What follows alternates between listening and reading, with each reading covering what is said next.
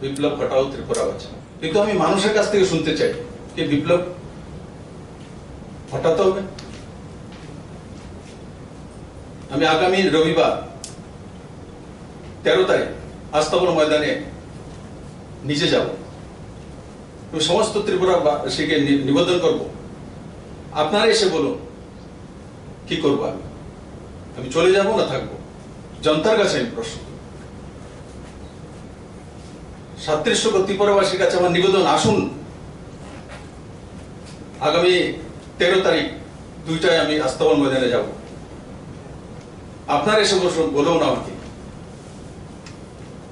যে আমাকে কি চলে যেতে হবে। আপনারা যে রায় দেবেন সেটাই মেনে নেব এবং আমি আমার হাইকমান্ডের সামনে প্রস্তুত করব যে ত্রিপুরার জনতা এটা চেয়েছে।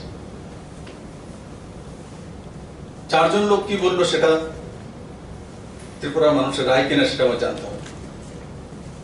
আমি সমস্ত ত্রিপুরাবাসীকে আবারও আপনাদের মাধ্যমে করজোরে নিবেদন করবো, আসুন। যদি বিপ্লব ভালো লাগে সেটা বলুন, আর যদি না লাগে আমাকে বলুন।